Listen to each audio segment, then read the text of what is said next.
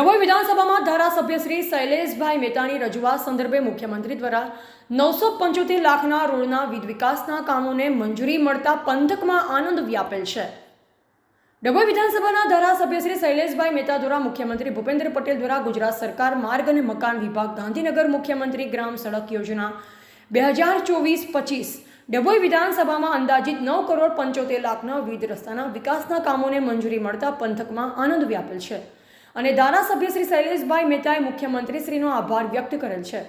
મંજૂર થયેલા રસ્તાઓમાં જરૂરી માટીકામ, મેટલકામ, ડામરકામ તથા જરૂરી નાળાકામ અને સ્ટ્રક્ચરની કામગીરી કરવાની રહેશે, જેમાં ડભોઈ તાલુકાના શંકરપુરાથી સિરોલાને જોડતો રસ્તો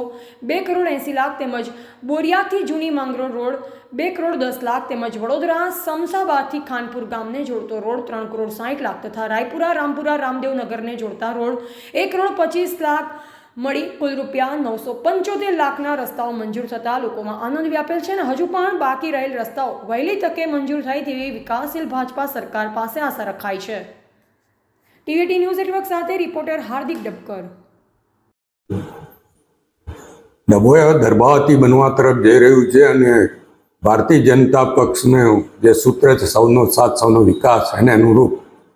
દરબાવતી એટલે કે ડભોઈ વિધાનસભાના વિકાસના અનેક કામો આગળ વધી રહ્યા છે। એમાં તાજેતરમાં જે 75 મીટર રિંગ રોડ મંજૂર કરવામાં આવ્યા છે એનું કામ પણ ડભોઈ વિધાનસભામાંથી શરૂ થયું છે।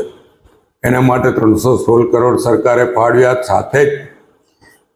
જ વડોદરાથી એસઓયુ કે જેમાં 80% વિસ્તાર ડભોઈ વિધાનસભાનો લાગે છે એમાં પણ 382 કરોડ રૂપિયા સરકારે ફાળવ્યા અને ગઈકાલે ડભોઈ વિધાનસભા નોન પ્લાન રસ્તાઓ માટે સરકારે 975 લાખ એટલે કે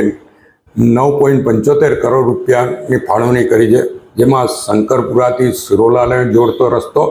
અને બોરિયાથી જૂની માંગરોળ જે બંને ડભોઈ તાલુકામાં આવે છે અને ડભોઈ વિધાનસભાનો ભાગ છે। સાથે સાથે શમસાબાદથી ખાનપુરાનો રસ્તો જે 3 કરોડ 60 લાખના ખર્ચે છે અને રાયપુરા રામપુરા રામદેવનગરનો રસ્તો, આ બંને રસ્તા વડોદરા તાલુકામાં પણ ડભોઈ વિધાનસભામાં લાગે છે। આમ 4 મહત્વના રસ્તાઓ જેની માંગણી અને લાગણી લોકોની ખૂબ જ હતી એ લાગણી અને માંગણી પૂરી કરી છે અને ટૂંક સમયમાં આની કામગીરી પણ શરૂ થશે। એટલે હું આપના મારફત માનનીય મુખ્યમંત્રી ભૂપેન્દ્રભાઈ પટેલનો દિલથી આભાર માનું છું અને આ તમામ ગામોમાંથી જે રસ્તા પસાર થાય છે અને જે ગામોને આનો લાભ મળે તમામ નાગરિકોને અભિનંદન પાઠવું છું।